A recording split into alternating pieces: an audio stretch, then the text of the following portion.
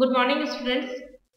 Today we will discuss the last chapter of 8th class history book, that is India after independence.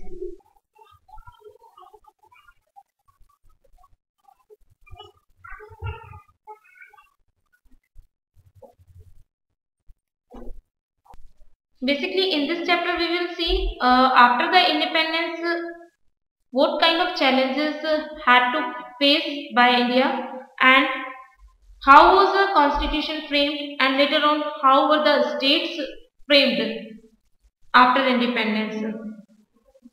As we know, after a long struggle, India attained independence on 15th August 1947 and established its own government, because no country can be ruled without a government.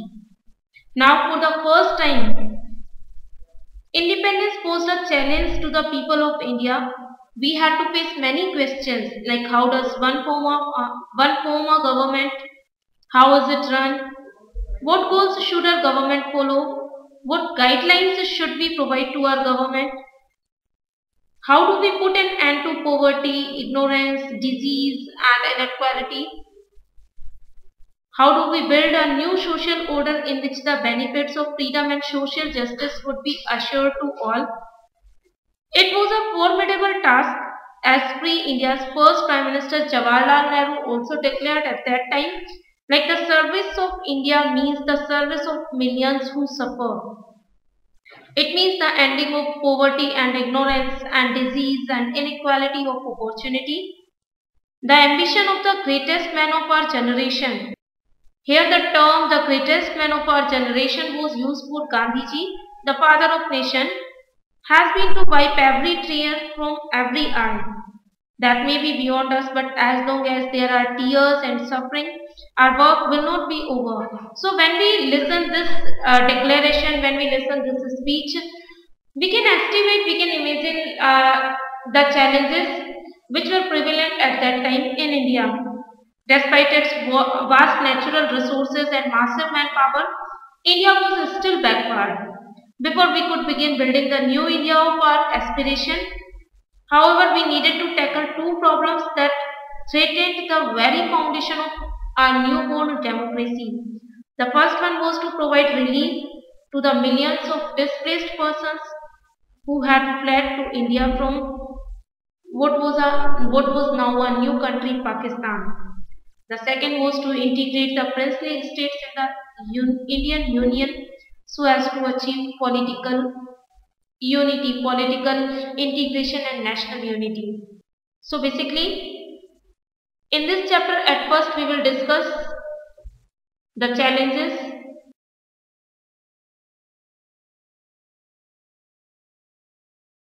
faced by India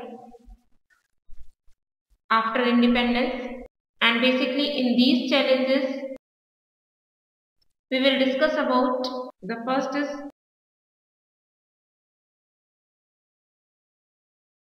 rehabilitation of displaced persons.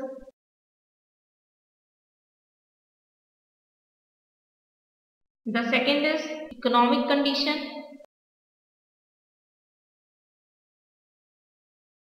The third is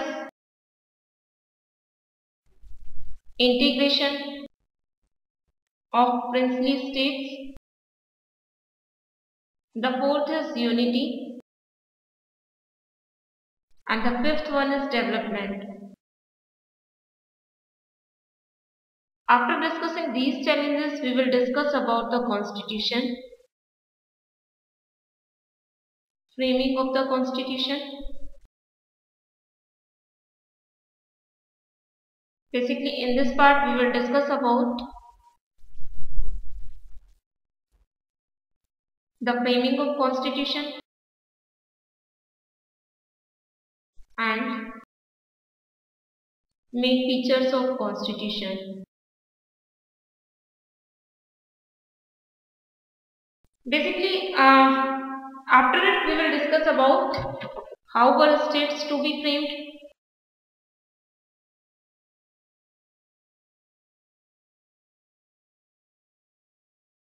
planning for development, the nation 60 years old. So at first we will discuss about the challenges faced by India at the time of independence. At first we will discuss the first challenge, that is the rehabilitation of displaced persons. As we know, as a result of partition, 8 million refugees had come into the country from what was now Pakistan. Do you know the term Pakistan was given by Rahmat Ali and it was used by Jinnah in 1940 when he demanded for Pakistan. The end of the foreign rule also saw the partition of the country. The old India was divided into two nations, India and Pakistan. As people crossed borders, communal violence affected millions of people. As many as 8.5 million people had come to India from Pakistan, and these people had to be found homes and jobs. So basically, the first problem was to replace these persons in India. Second was economic condition. India's problem was not only to provide immediate relief to the immigrants, but at the same time to resettle them in gainful occupations. This put an unbearable strain on the Indian economy, which was already crumbling under the pressure of communal rights and and partition. The Indian economy was already staggered during colonial rule because of drain of wealth. As you know, the concept of drain of wealth was given by Dadabhai Norozi and he mentioned it first time in his book Poverty and Un-British Rule in India. Like the theory of drain of wealth was popularized by Dadabhai Norozi like this, like before 1764 Britishers were not given Diwani rights, but after the battle of Buxar that was fought in 1764, now Britishers got Diwani rights in Bengal. So before 1764 the concept of drain of wealth was not so popularized as Britishers had not any right to use the resources without paying money. Like we can understand this like this. Drain of wealth. We can see the situation before 1764, yet till 1764 and after 1764.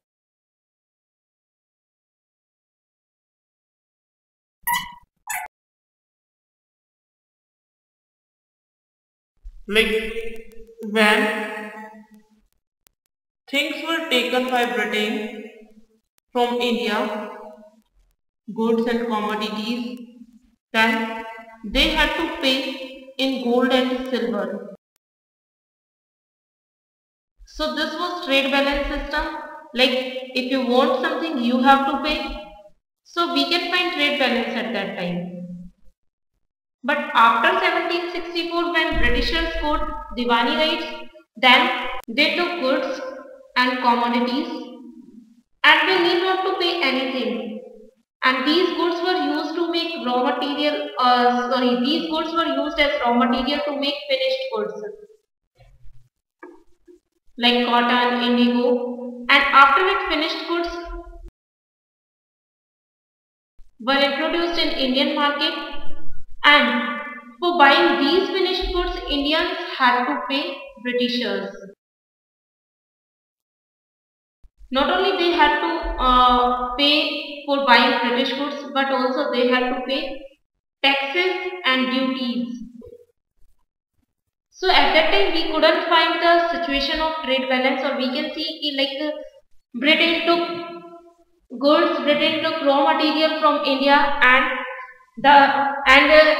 it need not to pay for taking it, and the finished goods which were made in British industries were introduced in India so that Indians could buy it, and the money could be taken easily in British Empire also.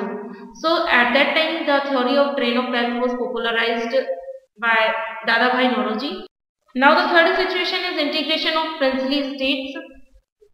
One of the major problems which India faced just after independence was that of integrating the princely states into India.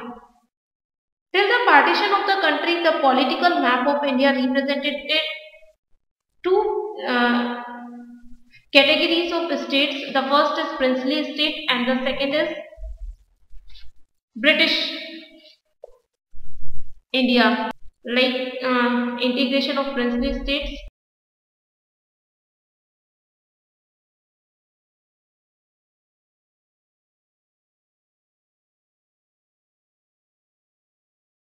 In British India, we can find two types of states. The first is princely states and the other one is British India. The princely states were under the paramountcy of the British Crown. With the transfer of power, the paramountcy lapsed and princely states were free to decide their future relationship either with India or Pakistan. Under the able leadership of Sardar Patel, who was India's first home minister also, many states acceded to India. Almost all states except Junagadh, Hyderabad and Kashmir had acceded to India. British India and princely states. As princely states were free to join either India or Pakistan.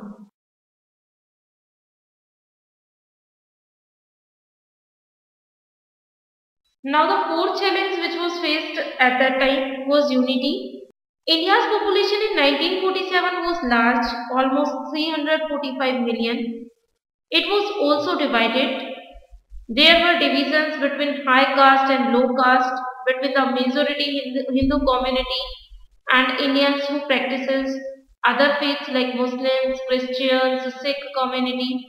The citizens of this vast land spoke many different languages, wore many different kinds of dress, ate different kinds of food and practiced different professions. So that was also a problem how could they be made to live together in one nation state. So basically unity was another problem at that time in India. Now we will discuss the last problem, that was development. To the problem of unity was added the problem of development. At independence, the vast majority of Indians lived in the villages. Farmers and peasants depended on the monsoon for their survival. So did the non-farm sector of the rural economy, for if the crops failed, barbers, carpenters, weavers and other service groups would not get paid for their services either. In the cities, factory workers lived in crowded slums with little access to education or health care. Clearly, the new nation had to lift its masses out of poverty by increasing the productivity of agriculture and by promoting new job creating industries also. Or at that time, or we can say after getting independence, or we can say less than 6 months after independence, Mahatma Gandhi was also killed. On 30th January 1948, Mahatma Gandhi was assassinated by Nathuram Godse because he disagreed with Gandhiji's conviction that Hindu and Muslims should live together in harmony. That evening, a stern nation heard Jawaharlal Nehru's moving statement all over India radio. Friends and comrades, the light has gone out of our lives and there is darkness everywhere. Our beloved leader, the father of the nation is no more. So that was another problem at that time because our guide, our father of nation and our leader was killed after independence. So we can say at that time India had to face so many challenges because unity and development had to go in hand. If the division between different sections of society were not healed, they could result in violent and costly conflicts, high caste fighting with low caste, Hindus with Muslims, and so at the same time, if the result of economic development did not reach to broad masses of the population, it could create fresh divisions also. For example, rich and poor, cities and the countryside, between regions of India that were prosperous and regions that lagged behind. So these were so many problems which had to be solved out. Basically, at that time, India had to face a series of challenges, and the leaders of India had to make it a developed a developing and developed nation also. Before 1947, we didn't have any experience to run a government because in ancient times we were led by monarchy system, and after it Britishers ruled over us. So it was the first time for us to run a government that is chosen by us, that is for us, and that is of course of us.